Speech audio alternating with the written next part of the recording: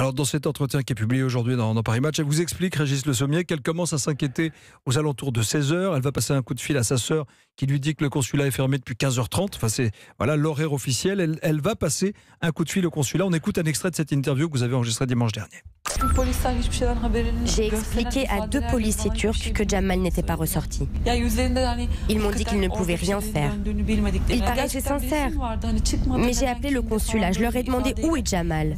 On m'a répondu qui êtes-vous. Je leur ai dit que j'étais sa fiancée, que j'étais à la barrière. Ils m'ont dit ne bougez pas, j'arrive.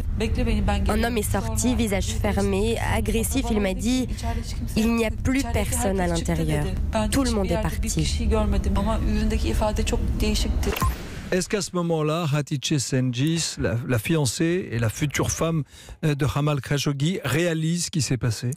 Alors, elle réalise qu'il s'est passé quelque chose et elle me dit, c'est en regardant le visage de cet employé du consulat, la façon, son agressivité, sa surprise aussi de me retrouver là, parce que je pense que c'était quelque chose qui n'était pas prévu dans le piège qui a été tendu à Jamal Khashoggi, c'est que sa fiancée l'attende précisément dehors.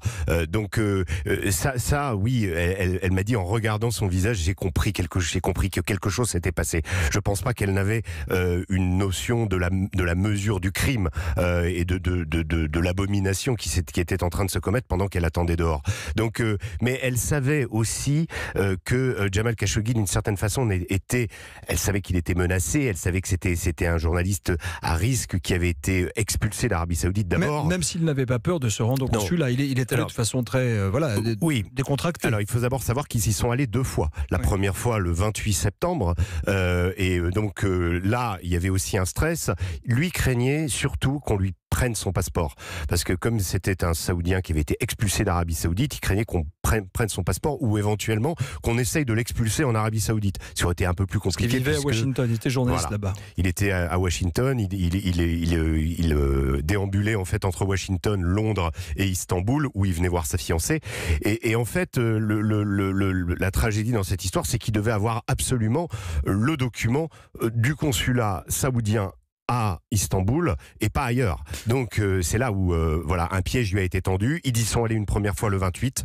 On leur a dit revenez le 2. Et voilà, il est revenu le 2. Il a appelé. On lui a dit on va vous rappeler. 40 minutes après, le consulat l'a rappelé. Venez à 13h. Voilà, tout était en place. C'était un coup monté. Exactement.